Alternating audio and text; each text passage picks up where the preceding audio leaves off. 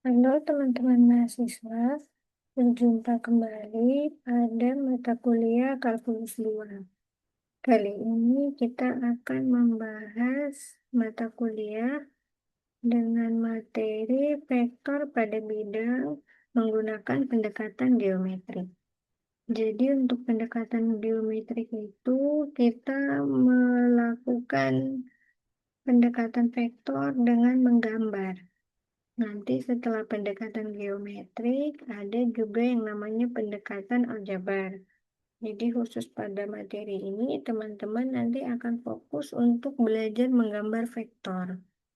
Nah, di sini disampaikan bahwa selain vektor, itu yang teman-teman biasa kenal terlebih dahulu adalah skalar. Skalar itu dia termasuk dalam bentuk bilangan yang mempunyai hasil pasti berupa angka.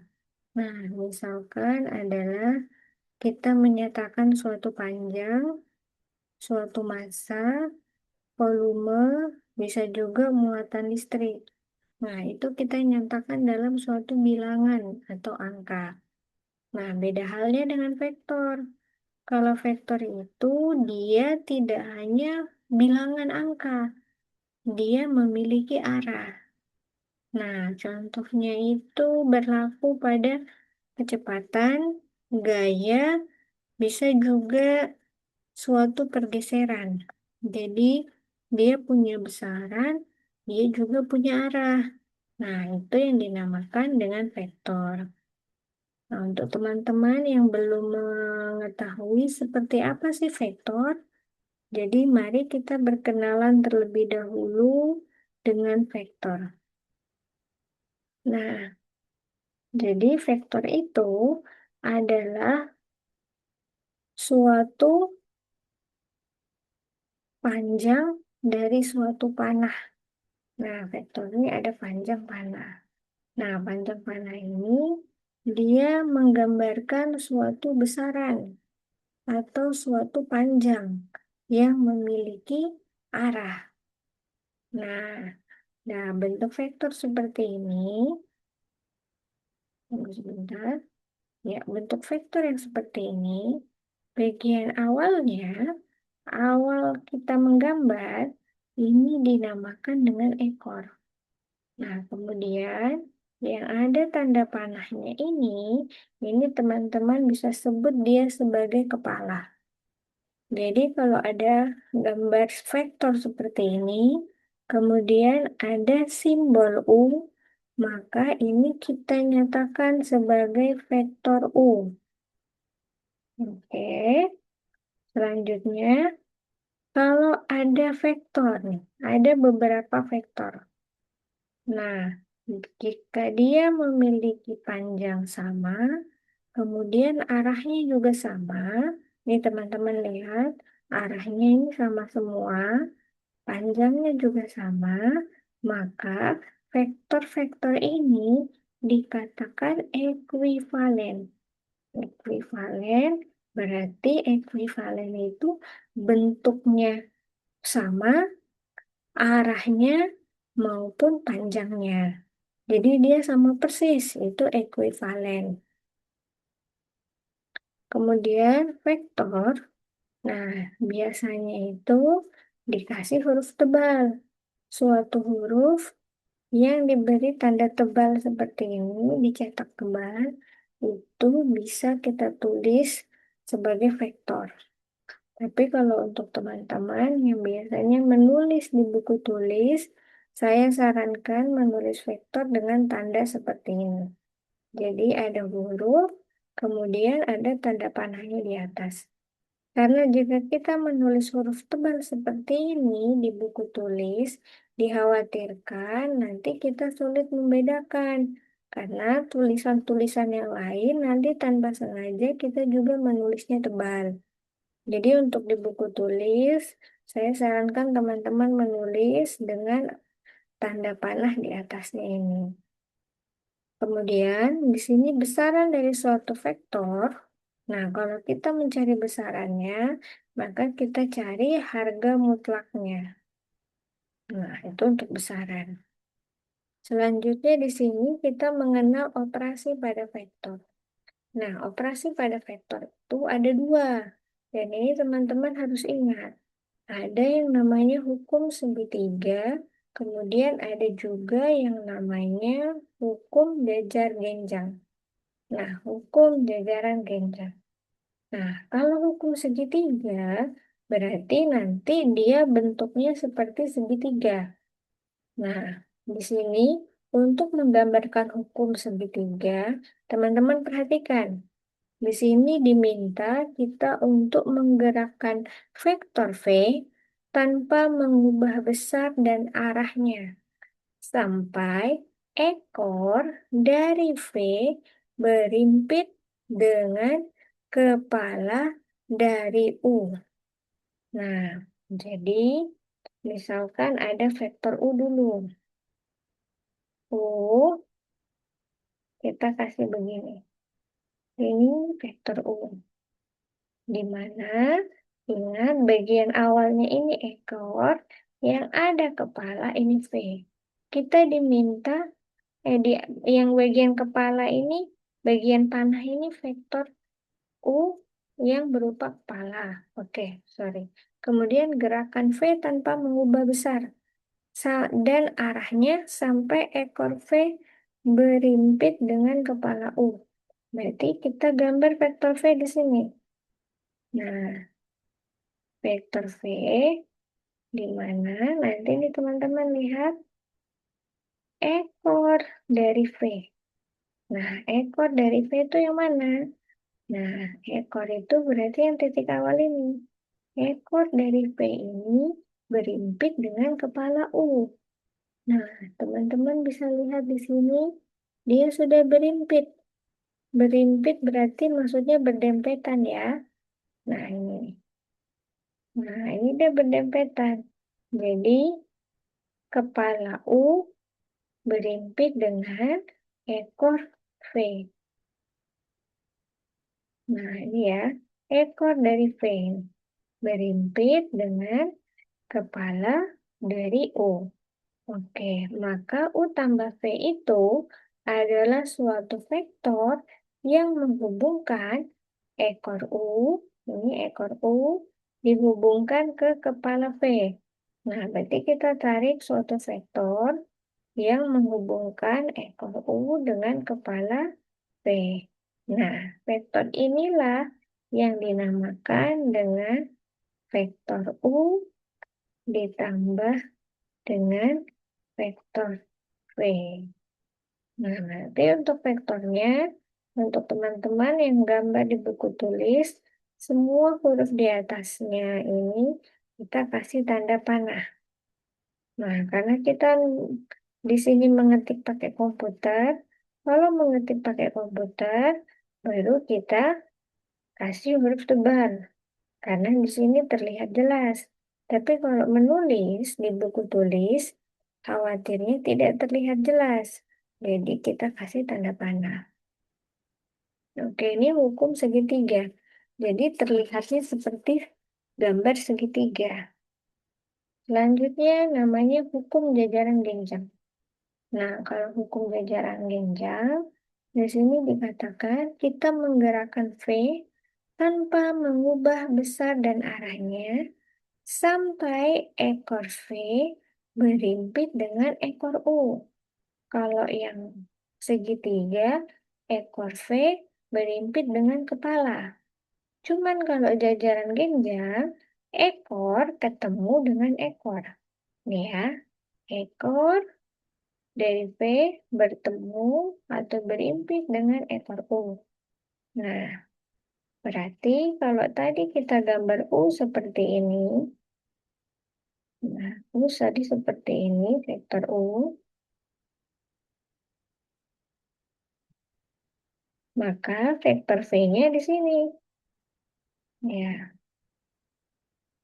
ini vektor V. Karena dikatakan di sini ekor V, ekor yang ini berimpit dengan ekor U. Jadi saya kasih tanda, ya. Ini ya. Nah, ini sudah berimpit nih. Ekor U berimpit dengan ekor V. Oke, kita lihat selanjutnya. Maka U ditambah V adalah suatu vektor yang mempunyai ekor yang sama dan berimpit dengan diagonal jajaran genjang yang mempunyai sisi U dan V. Berarti U tambah V-nya di sini. Nah, ini U ditambah V. Sampai seberapa U tambah V-nya? Nah, kita lihat. Kita lihat di sini bahwa diagonal jajaran genjang mempunyai sisi U dan V. Berarti di sini kita gambar suatu vektor V kembali, tapi hanya bayangannya, garis putus-putus, yang memiliki besaran yang sama dengan vektor V yang ini. Jadi seolah-olah kita membuat garis bantu V lagi di sini. Kemudian U juga arah dan besarannya harus sama di sini. Nah, kira-kira begini. Kita gambar. Nah, berarti nanti U tambah V-nya itu, nah yang ini. Nah, agak ini nih. Ya, inilah yang dinamakan U ditambah dengan V. Jadi nanti bentuknya seperti jajaran genjang. Hmm. Nah, bentuknya seperti jajaran genjang. Nah, itulah yang dinamakan hukum jajaran genjang.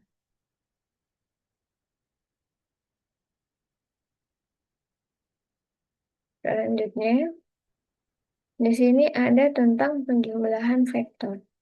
Nah, dikatakan bahwa penjumlahan vektor bersifat asosiatif dan komutatif. Nah, artinya untuk komutatif, jika ada vektor U kita jumlahkan dengan vektor V, maka nanti hasilnya akan sama dengan vektor V ditambah dengan vektor U. Nah, kalau hukum asosiatif berlaku jika ada vektor U dan ditambah vektor V. Jadi U tambah V ini udah dijumlahkan dulu, kemudian kita tambah W. Nah, hasilnya itu sama dengan vektor U yang kita jumlahkan dengan suatu vektor V tambah W. Nah, itu hasilnya sama. Kemudian, ada yang namanya skalar dari suatu vektor. Nah, kalau skalar itu berarti suatu bilangan konstan. Nah, di sini jika suatu skalar dikalikan dengan suatu vektor, maka itu dikatakan kelipatan skalar dari suatu vektor tersebut.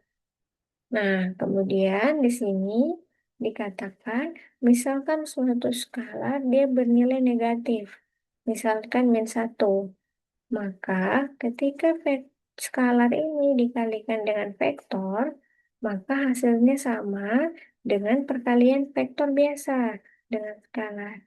Jadi C-nya -1, maka ketika dikalikan dengan U, ini skalar dikalikan dengan vektor, maka sama dengan C-nya kan -1, berarti -1 U. U-nya ini vektor ya. Atau bisa ditulis juga sebagai min U atau negatif dari vektor tersebut.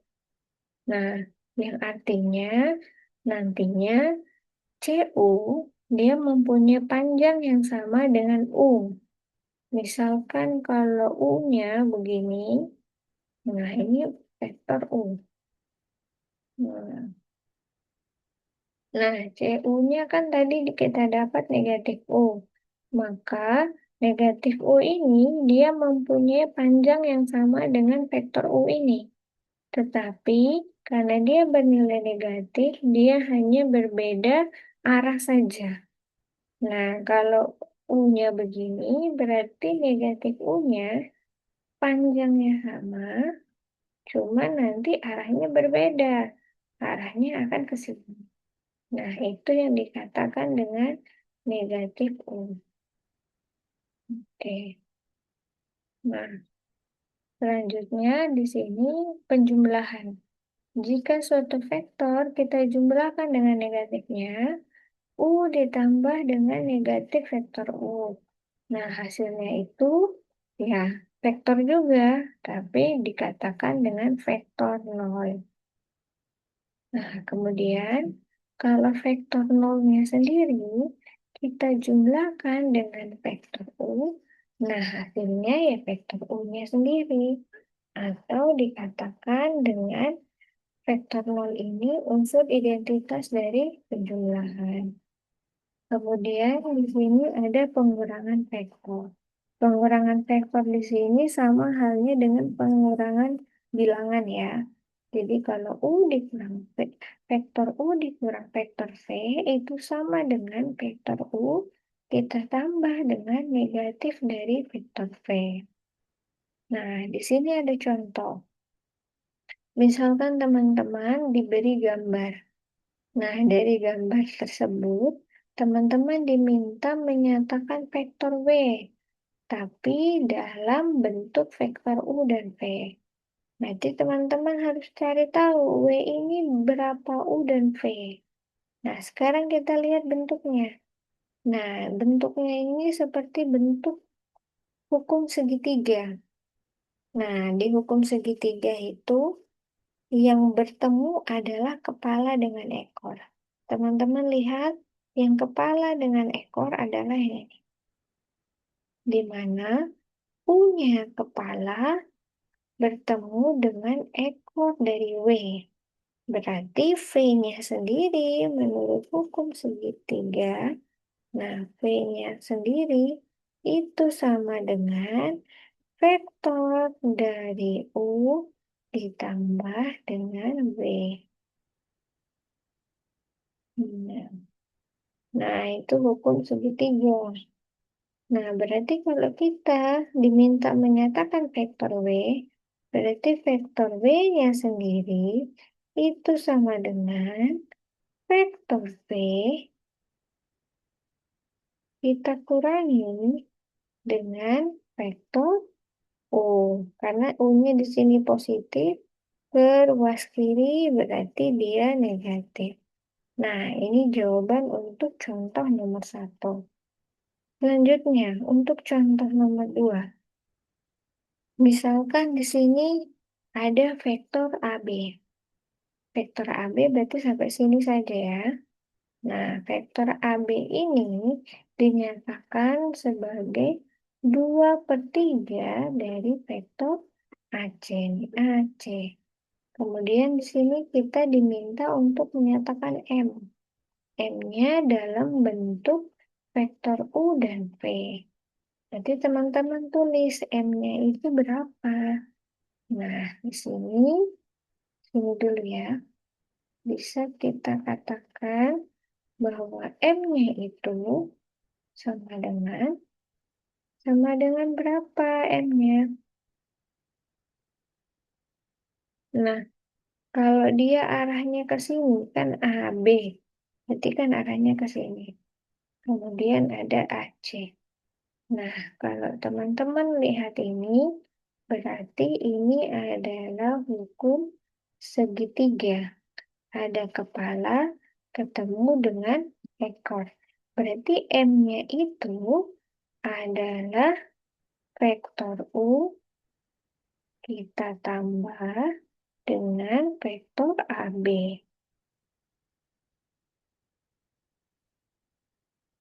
Nah, ini berarti kita pakai hukum segitiga. Nah, di mana kepala dari U bertemu dengan ekor dari vektor AB. Nah, kemudian ini dari soal AB-nya 2/3 AC. Berarti teman-teman tulis. Berarti M-nya sama dengan vektor U ditambah 2/3 AC. Nah, sekarang teman-teman definisikan AC-nya dulu. Karena diminta di sini semuanya untuk vektor M itu dia harus dinyatakan dalam bentuk U dan V. Nah, AC-nya sendiri. Kalau AC-nya di sini berarti sama halnya dengan vektor M. Berarti nanti di sini ada vektor V. Vektor V-nya ini sama dengan,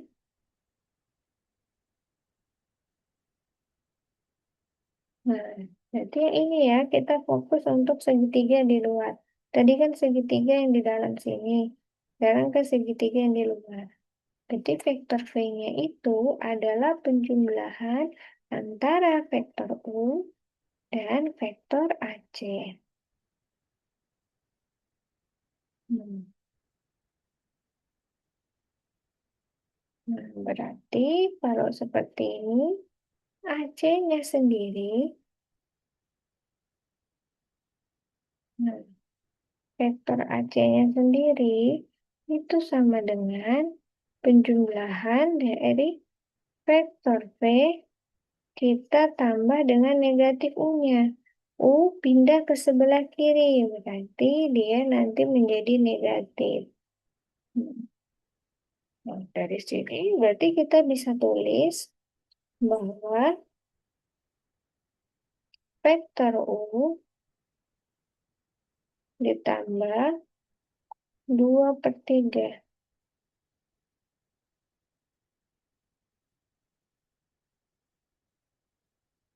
AC. Nah, AC-nya ini kita peroleh adalah vektor V dikurangi vektor U. V dikurangi vektor U.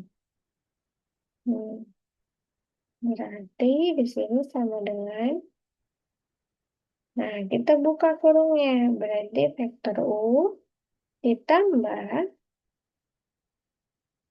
2/3 dari vektor V, kemudian dikurangi 2/3 dari vektor U. Berarti nanti di sini vektor U-nya harus dikurangi dengan 2/3 dari vektor U. Nah, nanti hasilnya di sini sama dengan 1/3 vektor U ditambah dengan 2/3 dari vektor V.